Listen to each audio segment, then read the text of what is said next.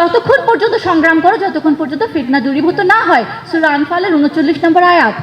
তো সেখানে আপনারা ঠিক মানে বিপরীতটা করলেন। আপনারা ফিতনাকে বন্ধ করার জন্য নারীদেরকে একেবারে বাক্সবন্দি করলেন।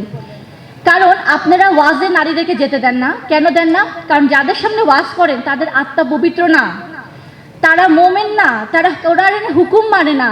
সেখানে যদি আপনি 10টা নারীকেও ছেড়ে দেন, তারা তাদের ইজ্জত নিয়ে ফিরে আসতে পারবে না। ইজ্জত তো দূরের কথা, তাদের গায়ের মাংস পর্যন্ত নিয়ে আসতে পারবে না। আমি এটা আপনাকে বলতে পারলাম। কিন্তু আমি চ্যালেঞ্জ দিয়ে বলতে পারবো, হিজবুত তৌহিদের 10 লক্ষ পুরুষের সমাবেশে আপনি 10টা নারীকে ছাড়েন, সেখানে সেই নারী তেমনই নিরাপদ থাকবে যেমন একটা বোন তার ভাইয়ের কাছে থাকে, যেমন একটা মেয়ে তার বাবার কাছে থাকে। শুধু তাই নয়, তারা তাদের নিরাপত্তা দেবে, তাদের সম্মান করবে ঠিক যেভাবে তাদের মাকে তারা সম্মান করে। আমরা ইসলাম শিখেছি রাসূল পাক সাল্লাল্লাহু আলাইহি সাল্লামের কাছ থেকে। আমরা সেই ইসলামটাকে পুনরায় আমাদেরকে শিখিয়েছেন আমাদের মহামান্য ইমামুজ্জামান। আমরা কি বলেছি?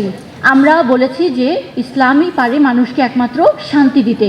পৃথিবীতে বিরাজমান অশান্তির অবসান ঘটাতে হলে আল্লাহর দেওয়া সে দিনকে প্রতিষ্ঠা করতে হবে।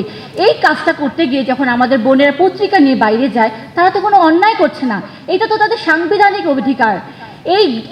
এটা ডেমোক্রেটিক রাইট বলতে পারেন, এটা সাংবিধানিক অধিকার তাদের বলতে পারেন, এটা তাদের মানবাধিকারও বলতে পারেন, এটা আপনি তাদের ধর্মীয় অধিকারও বলতে পারেন। কিন্তু যদি কখনো দেখেন যে আমাদের হিজবুত তৌহিদের কোনো নারী উগ্রবাদী সংগঠনের সাথে, উগ্রবাদী কোনো কার্যকলাপের সাথে জড়িত আছে, তারা যদি কোনো জঙ্গিবাদী কার্যক্রম করছে, তখন আপনারা আইনের কাছে যান, আপনারা প্রশাসনের কাছে যান, দৃষ্টি আকর্ষণ করেন, দেখেন আপনারা কোনো সম্পৃক্ততা পান কি না। সেটা না করে আপনারা অযথা খাই আপনারা এসব নোংরামি করে যাচ্ছেন। একেবারে আপনারা এই নোংরামিটা করে যাচ্ছেন। আমরা জানি, আমরা পড়েছি, আমরা ইতিহাস থেকে জেনেছি রাসূল পাক সাল্লাল্লাহু আলাইহি সাল্লাম যখন আলোচনা করতেন, সেখানে নারী পুরুষ সবাই বসতো। আজকে যেমন আমাদের মাননীয় ইমাম আলোচনা করলেন, সব আমাদের হিজবুত তৌহিদের নারীরা শুনে আলোচনা শুনছেন, এবং সেখানে পুরুষরাও থাকতো, নারীরাও থাকতো। রাসূলের সমস্ত দিক নির্দেশনা পেয়ে, রাসূলের আলোচনা শুনে, রাসূলের খুতবা শুনে, ওয়াজ শুনে, যেটাই বলেন না কেন, তারা উদ্বুদ্ধ হতো, তারা উজ্জীবিত হতেন, এবং তখন তারা সেই ভাষণ, সেই বক্তব্য, সেই দিক নির্দেশনাকে মানুষের জীবনে প্রতিষ্ঠা করার জন্য তারা মাঠে ময়দানে বেরিয়ে পড়তেন, নিজেদের জীবন সম্পদ উৎসর্গ করতে। আজকে হিজবুত তৌহিদের নারীরা ঠিক তাই করছে। পুরুষের পাশাপাশি এই দায়িত্ব তারাও কাঁধে তুলে নিয়েছে। কিন্তু রাসূল পাক সাল্লাল্লাহু আলাইহি সাল্লামের এই বৈঠকে বলেন, এই আলোচনা সভায় কখনো নারী পুরুষের মাঝে কখনো কোনো পর্দা ছিল না। যদি আপনারা আমাদেরকে একটা উদাহরণ, একটা ঘটনা যদি রাসূলের জীবন থেকে নিয়ে দেখাতে পারেন যে পর্দা ছিল, আমরা 100 বার সরি বলবো। কিন্তু সেটা আপনারা করতে পারবেন না, কারণ ওটা সত্য না। রাসূল পাকের জীবনে কখনো তিনি নারী পুরুষের মাঝে এরকম কোনো বৈষম্য করেননি। এখন আপনারা যখন ওয়াজ করেন, আপনারা যাদের সামনে ওয়াজ করেন, তারা কিন্তু মোমেন না, তারা কোরআনের হুকুম মানে না, তাদের আত্মা পবিত্র না।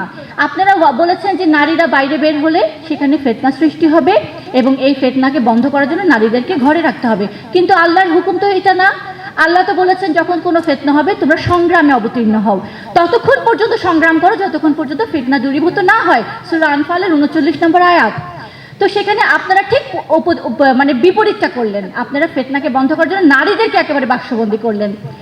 কারণ আপনারা ওয়াজে নারীদেরকে যেতে দেন না। কেন দেন না? কারণ যাদের সামনে ওয়াজ করেন তাদের আত্মা পবিত্র না, তারা মোমেন না, তারা কোরআনের হুকুম মানে না। সেখানে যদি আপনি 10টা নারীকেও ছেড়ে দেন, তারা তাদের ইজ্জত নিয়ে ফিরে আসতে পারবে না। ইজ্জত তো দূরের কথা, তাদের গায়ের মাংস পর্যন্ত নিয়ে আসতে পারবে না। আমি এটা আপনাকে বলতে পারলাম। কিন্তু আমি চ্যালেঞ্জ দিয়ে বলতে পারবো, হিজবুত তৌহিদের 10 লক্ষ পুরুষের সমাবেশে আপনি 10টা নারীকে ছাড়েন, সেখানে সেই নারী তেমনই নিরাপদ থাকবে যেমন একটা বোন তার ভাইয়ের কাছে থাকে, যেমন একটা মেয়ে তার বাবার কাছে থাকে। শুধু তাই নয়, তারা তাদের নিরাপত্তা দেবে, তাদের সম্মান করবে ঠিক যেভাবে তাদের মাকে তারা সম্মান করে। আজকে আমাদের নোয়াখালীতে আপনারা নিশ্চয় জানেন, সেখানে অনেক উন্নয়নের কাজ মাননীয় ইমাম হাতে নিয়েছেন। সেখানে আমাদের নারীরা ফ্যাক্টরিতে কাজ করছে, তারা স্কুলে পড়ালেখা করাচ্ছে, তারা ব্যাগ ফ্যাক্টরিতে কাজ করছে, তারা সর্ব অঙ্গনে কাজ করছে। শুধু তাই নয়, যখন জুম্মার সালাহ হয় এক এক সময় পুরুষের থেকে নারীর অংশগ্রহণ বেশি হয়। এবং যারা এলাকায় আছে সব নারীরাই সেখানে জুম্মা করতে আসেন। তাদেরকে জিজ্ঞেস করে দেখবেন তো, আমাদের কথা না নিলেন, আপনারা র্যান্ডমলি সেখানে যে জিজ্ঞেস করেন, এই শত শত হাজার হাজার নারী যখন এই জুম্মায় আসে, খুতবা শুনে, একটা ওড়না টানাটানির ঘটনা হয়েছে কিনা সেটা আপনারা আপনাদেরকে জানাবেন। আপনি চ্যালেঞ্জ দিয়ে বলবো, সেখানে আমাদের মেয়েরা তেমনই নিরাপদ যেরকম একটা ডিমের কুসুম নিরাপদ থাকে তার শেলের ভিতরে, সেইভাবে আমাদের নারীরা নিরাপদ। আমাদের নারীরা সব কিছুতে অংশগ্রহণ করছে। আমাদের মসজিদের পরিষ্কার পরিচ্ছন্নতার কাজও পর্যন্ত আমাদের নারীরা করছে, ঠিক যেমন রাসূলুল্লাহর সময় করেছে। কারণ আমরা প্রকৃত ইসলাম শিখেছি, আমরা আল্লাহর রসুলের রেখে যাওয়া সেই আদর্শ প্রতিষ্ঠা করার জন্যই আমরা ঐক্যবদ্ধ হয়ে, উদ্বুদ্ধ হয়ে, উজ্জীবিত হয়ে আল্লাহর রাস্তায় জীবন সম্পদ কোরবান করার জন্য সবাই সিদ্ধান্ত নিয়েছি। আজকে এই সমাবেশ থেকে, নারী সমাবেশ থেকে আমি সরকারের এবং আন্তর্জাতিক মহলে দৃষ্টি আকর্ষণ করে বলতে চাই, হিজবুত তহিদ একটি মুসলিম সংগঠন। হিজবুত তহিদ আজকে একটি নিপীড়িত, একটি নির্যাতিত সংগঠনের নাম। এই হিজবুত তহিদের উপরে যেই রকমের অত্যাচার চলছে গত 29 বছরে, একটা আইন যেই সংগঠন, যে আন্দোলন করে ভঙ্গ করেনি, একটা আইনও যেই সংগঠন ভঙ্গ করেনি, আজকে সেই সংগঠনের উপরে এইভাবে চড়াও করছে। কেন চড়াও হচ্ছে? কারা? এই ধর্ম ব্যবসায়ীরা। এই ধর্ম ব্যবসায়ীরা, কারণ তারা চায় না প্রকৃত ইসলাম আবার উদ্ভাসিত হোক। তারা চায় না আল্লাহর দেওয়া সেই শিক্ষা অনুযায়ী নারীরাও তারা তাদের যোগ্যতা, সাহস সব কিছু অনুযায়ী আল্লাহর জন্য, দ্বীনের জন্য, রসুলের জন্য, মানব জাতির জন্য ভূমিকা রাখুক। কারণ তারা সবসময় নারীদেরকে প্যাকেট বন্দি করে দমিয়ে রাখতে চায়। আর হিজবুত তহিদ নারীদেরকে প্রকৃত রূপে মুক্তি, প্রকৃত রূপে আল্লাহর দেওয়া সেই স্বাধীনতা আবার তাদের হাতে ফিরিয়ে দিতে চায়। আমাদের নারীদের উপর যেইভাবে শ্লীলতাহানির চেষ্টা করা হচ্ছে, যেভাবে তাদেরকে অপমান করার চেষ্টা করা হচ্ছে, আমি সরকারের কাছে বিনীতভাবে অনুরোধ জানাচ্ছি, আমি সরকারের দৃষ্টি আকর্ষণ করছি, আমি প্রধানমন্ত্রীর দৃষ্টি আকর্ষণ করে বলতে চাই, প্রধানমন্ত্রী, আজকে হিজবুত তহিদের নারীরা যেভাবে আপনার এই দেশের জন্য, যে দেশে আমাদের জন্ম হয়েছে, এই জন্মভূমির জন্য তারা যেভাবে জীবন দিয়ে কাজ করে যাচ্ছে, আজকে তাদের সেফটি সিকিউরিটি দেখা এই গভর্নমেন্টের অবশ্যই কর্তব্য। যারা এই নারীদেরকে, যারা আমার এই মেয়েদেরকে শ্লীলতাহানির চেষ্টা করছে, তাদেরকে অপমান করার চেষ্টা করছে, তাদের গায়ে হাত তোলার চেষ্টা করছে, তাদেরকে দ্রুত আইনের আওতায় আনা হোক। আমি আজকে আপনাকে জোর গলায় দাবি জানাচ্ছি প্রধানমন্ত্রী। আমরা আল্লাহর জন্য কাজ করব, আমরা রাসূলের জন্য কাজ করব। আমরা কোনো বিনিময় চাই না। বলতে পারে মানুষ যে তোমাদের স্বার্থ কি? আমাদের স্বার্থ হচ্ছে আমরা আল্লাহর সাথে যে ওয়াদা করেছি সেই ওয়াদা পূরণ করব। আমার জীবন যাবে, আমার জীবন থাকবে, বাঁচলেও আমি সাকসেসফুল, আমি শহীদ হইলেও আমি সাকসেসফুল। এই জন্যই আল্লাহ বলেছেন শহীদদেরকে তোমরা মৃত বলো না, শহীদরা জীবিত।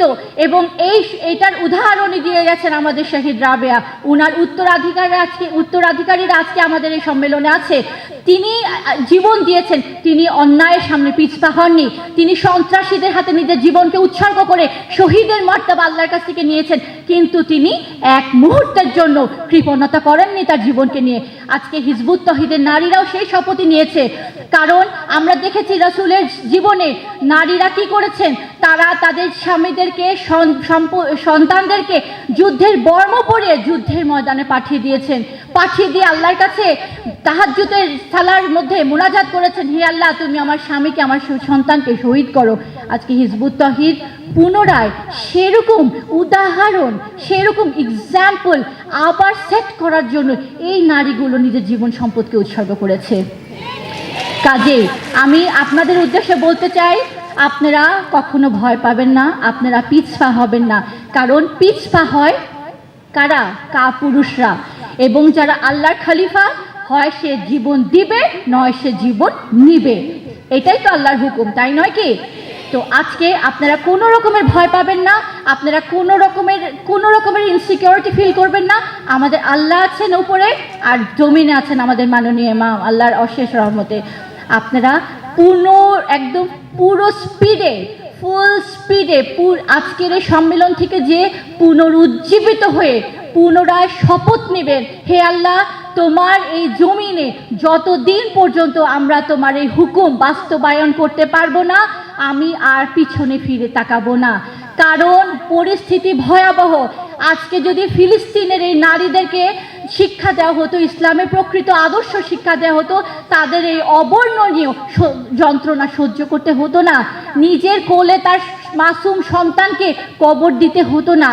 আজকে যদি মায়ানমারের এই নারীদেরকে ঐক্যবদ্ধ করা হতো সত্যের পক্ষে, তাদের এইভাবে বেইজ্জত হয়ে উদ্বাস্তু শিবিরে ঘুরে বেড়াতে হতো না।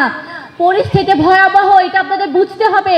মাননীয় ইমাম এই কথাটা বারবার বলে যাচ্ছেন, চিৎকার করে বলে যাচ্ছেন, সবার কাছে বলছেন পরিস্থিতি ভয়াবহ। এই পরিস্থিতি মোকাবেলা করতে পারবেন না যদি আপনারা প্রাণ দিয়ে, জীবন দিয়ে, সম্পদ দিয়ে এখন এই যমুনার ঢেউকে উল্টায় না দেন। নিজেও বাঁচবেন না, এই দুনিয়া ধ্বংস করে দেবে। কাজেই আমরা এসেছি আল্লাহর জন্য, এই পৃথিবীতে আল্লাহ আমাকে পাঠিয়েছেন আল্লাহর কাজ করার জন্য। আমি যতদিন বাঁচবো আল্লাহর এই কাজ করে যাব, এবং যদি আমি আল্লাহর এই কাজ করতে গিয়ে যদি জীবন দিতে পারি আলহামদুলিল্লাহ, আর যদি আমি আল্লাহর এই দিন প্রতিষ্ঠা করে মানুষকে শান্তি দিতে পারি সেটা তো আলহামদুলিল্লাহ। আমরা সংগ্রামমুখী নাই, সংগ্রামমুখী যদি হতাম ইমামের ডাকের অপেক্ষায় থাকতাম। ইমাম ডেকেছেন, সব কিছু ছিঁড়ে আমি বের হয়ে যাব।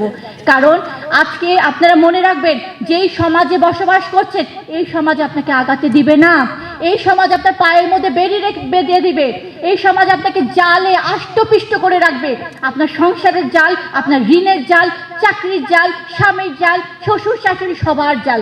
কিন্তু এই সমস্ত জাল যেটাই আল্লাহর কাজকে আঞ্জাম দেওয়া থেকে আপনাকে বাধা দিবে, সেটাই হবে আপনার দুনিয়া। ইমামুজ্জামান যেটা আমাদের শিক্ষা দিয়ে গেছেন, এই দুনিয়া, এই বেড়াজালকে কেটে পায়ের বেড়ি ছিঁড়ে যদি আপনারা না বের হন, আমি বলে দিলাম এই মায়ানমারের নারীদের অবস্থা আপনাদের হবে। ফিলিস্তিনের নারীরা যেমন আজকে উদ্বাস্তু শিবিরে ঘুরে বেড়াচ্ছে, আপনারাও ঠিক একই পরিণতি নিজের জন্য ডেকে আনবে যদি আজকে আপনারা ঘর দুয়ার ছেড়ে না বের হন। আমাদের মাননীয় ইমাম বারবার বলেছেন, তোমরা যদি ফিল্ডে থাকো তোমরা বাঁচবে, তোমরা যদি ঘরে ঢুকো তোমরা মরবে। এবং ঠিক তাই হয়েছে। যারা সংগ্রাম ত্যাগ করেছে তাদের আত্মা মরে গেছে। যে সংগ্রাম ত্যাগ করা মানে জেহাদ ত্যাগ করা,